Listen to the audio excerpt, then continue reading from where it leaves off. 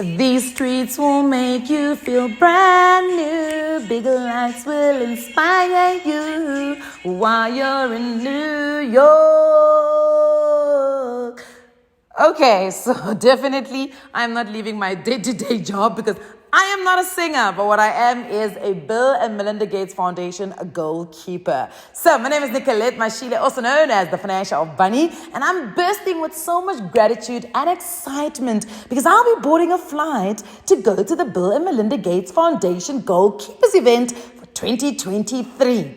Okay, so you might be asking yourself, but what is a goalkeeper, Nicolette? Well, a goalkeeper is an individual, a group of people, of course also organizations that are making great progress at achieving the 17 Sustainable Development Goals. We all need to chip in to be able to make sure that we are moving the needle towards achieving these goals. We do have a deadline. 2030 is almost here, and we need to know, where are we? How far are we from actually achieving these goals? What needs to be done urgently stat for us to be able to achieve some of these goals? And these are the types of conversations that I will be having. I don't want to give it all away, so I'm not going to tell you who I'm going to get an opportunity to sit down with. I need you to watch my YouTube channel to be able to get and be part of those conversations. You guys know I'm absolutely passionate about financial inclusion, economic growth, gender equality, quality education, access to good health, access to clean water and sanitation. Did you know that 1 in 10 South African schools still relies on an unsafe pit toilet? Guys, this baffles me. It is 2023 and one school in the many schools, well, 1 in 10, still relies on an unsafe pit toilet. Have we not read enough media coverage and articles about children fatally losing their lives in these unsafe pit toilets? Have you actually read, there's an actual paper that the Gates Foundation has released on childbirth mortality rates. Did you know that just a couple of years ago, our very own Soweto had one of the highest mortality rates when it comes to childbirth? The health and the life of a mom and a child is so important because when there is a fatality, the future is going to lose out. And I'm going to this event to go and really get those conversations and understand, how do we change and what is the relationship between women's economic power and accessing this good and quality healthcare? Is there a cause and effect relationship there? And if yes, it does exist, how do we start making progress towards changing that? I did have an opportunity to sit down with one of my closest friends. Her name is Dr. Katie, and she is a pediatrician. And she gave me the situation and what it looks like at some of our public hospitals. The status of South Africa's health care from somebody who is at the forefront of it. Listen to this. So in medical school, I realized that my love is actually with children. Yeah. I love children, mainly because the fact that they are our future. Absolutely. Without them, if they're not happy, healthy, then we don't have a future. Absolutely. So what better job to do than to make sure that everyone else out there has a future? Oh, that's very sweet. That's very cute. I love that. But besides that, Yeah. children and neonates have been proven to be one of the people who respond very quickly to resuscitation. We've seen that, medical assistance and access to good quality healthcare can become really expensive. Yeah. So take us through, let's say for instance, when you found out you were pregnant, of course you're a doctor, so you might be able to afford it, right? Mm-hmm. But you do need to be a medical aid. Yes. So you are a medical aid. So by the way, medical aid is our private healthcare basically in South Africa, right? Yeah. So what would you say is the benefit of being on medical aid? Obviously, the first thing is fast access to healthcare. Yeah.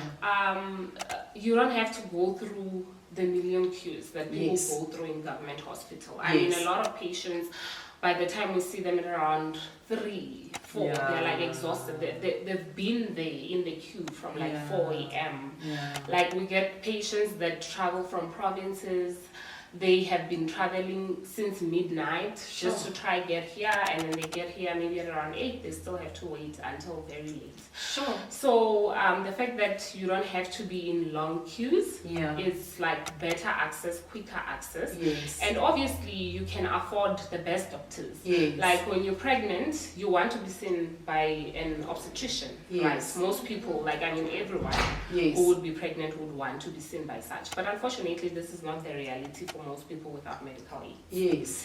So you find that most of our patients, the maternal, because when I do neonates, it's always regarding the mother as well. I need to know what are the problems that the mother faced in order to give effective treatment to the neonate. So basically, they end up attending clinics as their antenatal care, wherein, yes, their midwives, they are quite good, but unfortunately, sometimes things are missed, and unfortunately, things are realized late in other instances.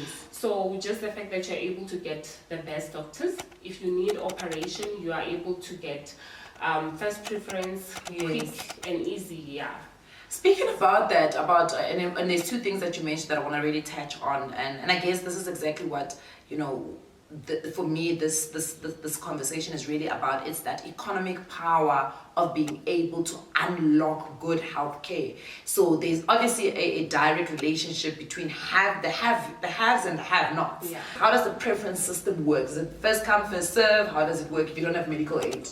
So, well, in government, it's definitely first come, first serve. If you look at operation lists, like people can wait for up to a year just for an operation. Obviously with triage. So if you are like quite an emergency, you might die anytime from whatever condition that you have, then definitely you're up the list, we'll push you up the list. But then there are certain things that we think can wait, not an emergency currently, but could become an emergency later. Then we put you down the list. So triage is that orange, yellow, green? Yes. Okay. All right. So, and if you are not from South Africa, it's still the same? So, unfortunately, foreigners are in quite a bad state at the moment. Well, they have said that children that are less than 5 and also pregnant women should get preferences just like anyone else in South Africa. But that is recent. I think it just passed now in July. But for any other foreigner, unfortunately, they have to pay. And most of these people come into our country to try and get a better life for themselves. So they're still really honestly just hustling. So it's quite difficult for them to actually put up the funds to have an operation if you need an operation, or to get like just proper health care, like proper procedures done. They need to pay for that. Tests and investigations, chest x-rays, EEGs, if it's something that they need to pay for that. So what we usually see as pediatricians is that mothers who are pregnant tend to not book at all. That was before this law was passed. But unfortunately, not everyone knows about this law. So you're still seeing, especially so they don't book, and they don't book for their antenatal visits, and that poses great risk for them and their children because they can get hypertension. The child can come out small for their gestational age, which comes along with a lot of complications. And hypertension in pregnancy, like everyone knows, is quite a deadly disease. So they are quite prone to a lot of things that actually puts them and their kids at harm. Unfortunately, low income and middle class countries go through a lot of things, and it's not just the healthcare, but it's also patient related. If you come from a place where there's poverty, you're less likely to be educated. To know when you need healthcare. Exactly, to know when you need healthcare. Or a specialist. Exactly. You get what I mean? Or to know, to equip yourself with what you need to know about female fertility and also giving birth and so forth. So for this reason also we find that there's a lot of teenage pregnancies due to lack of education, probably due to the fact that they cannot access this education. Say for just a normal child who lives somewhere in a village, they do not know about contraception. They do not know, they cannot see even beyond the village, you get what I mean? So most of our problems are really honestly also poverty related. Yes. Yeah. The issue is lack of resources as well. You also don't want to work in a place that where has you don't have an ultrasound, you can't see is the baby kicking, is the baby not kicking, does the baby have a head? You get what I mean? Now and then ultrasounds are broken. Now and then chest x-ray machines are broken and stuff like that. So it's also a resource issue. Well, there it is. Ideas need to start streaming in. So if you are somebody that's working towards any one of these 17 sustainable goals and you want to find out where are we with it, please drop your message in the comment section and I'm going to take your plight to the Goal Keepers event to go and see where do we need to start moving in terms, or where do we need to start making innovative change. But more than that, we are also going to be celebrating some of those goalkeepers that have done exceptional work in the last year. So please do join in and join my conversations and really engage with us so that we actually just start moving this conversation in the right direction.